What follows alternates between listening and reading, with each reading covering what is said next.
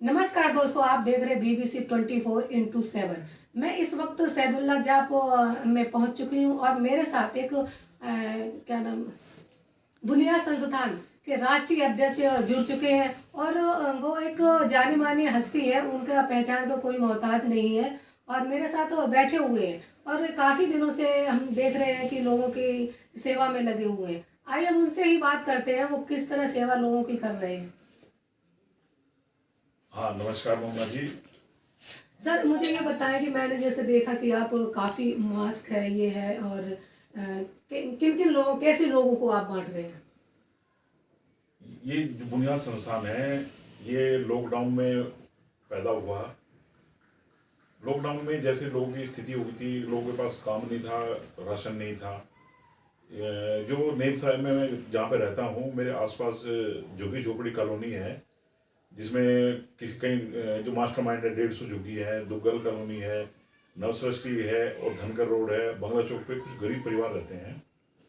तो हमने अपने घर से खाना बनाना शुरू किया और बाद में जो है, क्योंकि मेरा एनजीओ सेक्टर का अनुभव है, तो सब लोगों ने थोड़ा सा इसमें सहयोग किया।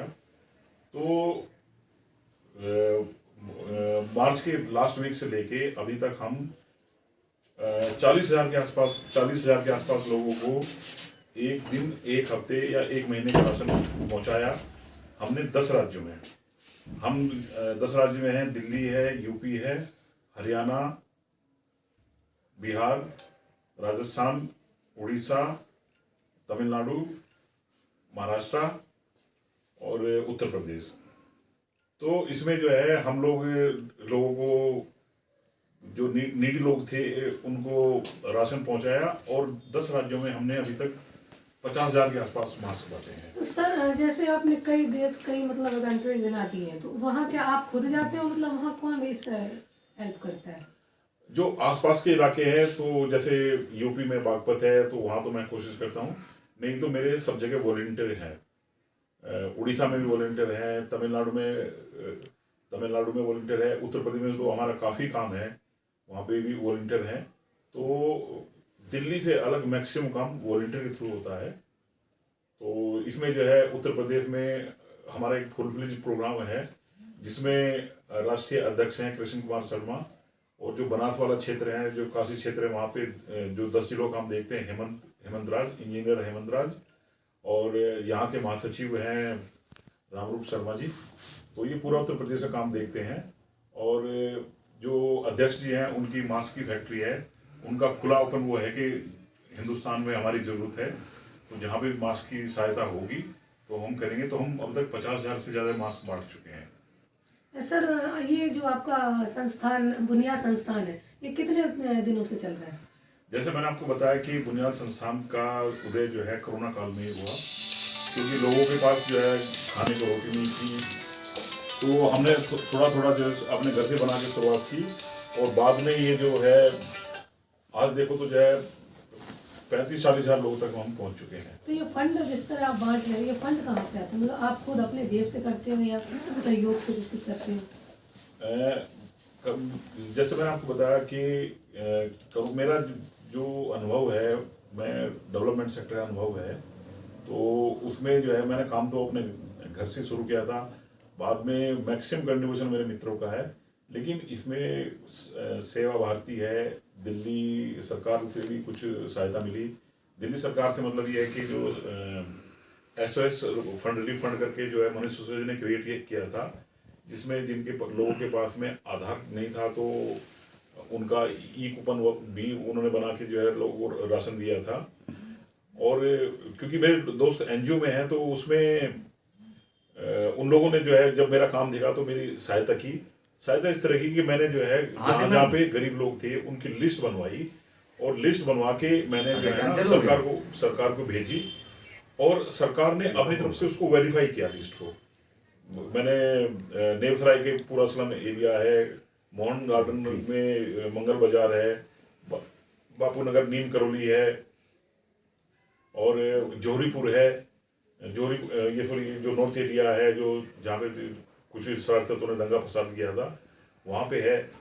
तो मैंने पूरी वहाँ पे जो मेरे वॉलंटियर थे, सबने मुझे लिस्ट बना के दी, और लिस्ट के बाद में जो है मैंने वहाँ पे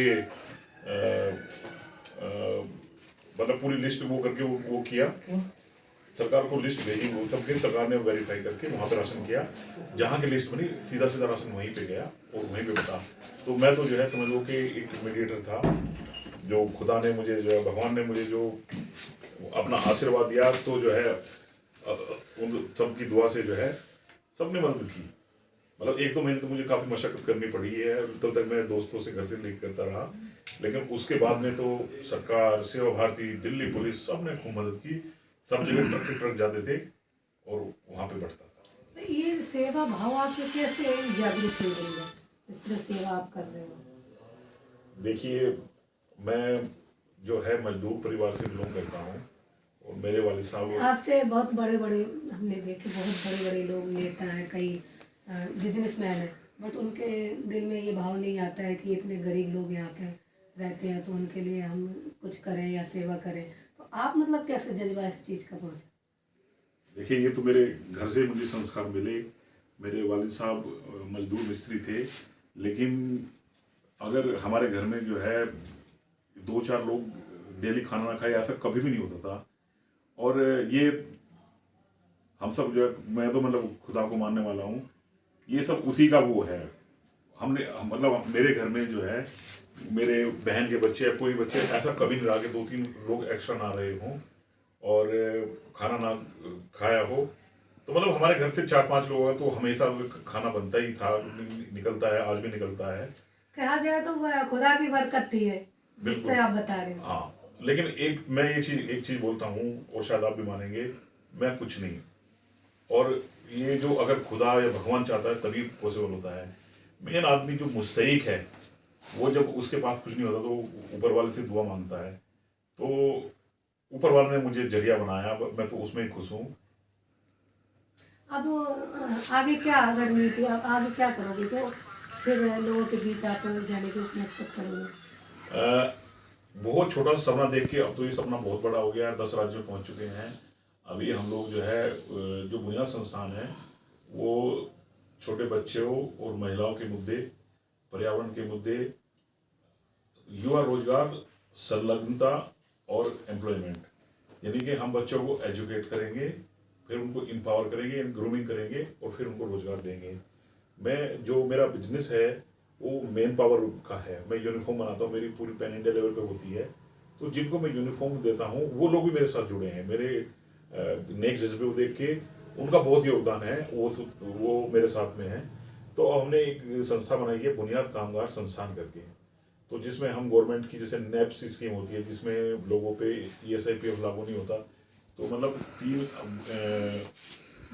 2 लोगों के बजाय 3 लोग उसमें मिल जाते हैं। तो उसमें बहुत सारे लोगों का ऑफर है। तो हम लोगों को रोजगार देंगे और बच्चों को पढ़ाएंगे, एजुकेट करेंगे। जो भी इसका प्रॉफिट होगा वो बच्चों को स्कॉलरशिप देने में करेंगे। क्या बोलते हैं इसका, और वुमेन्स इशू हैं, और तक कोई भी मुद्दा हो उस पर काम करेंगे। जैसे हमने जो है महाराष्ट्र में अपने नितिन गडकरी जी की कॉन्स्टिट्यूंसी है, वहाँ पे जो सेक्स वर्कर है उनके बीच में जाके कोविड अवेयरनेस किया।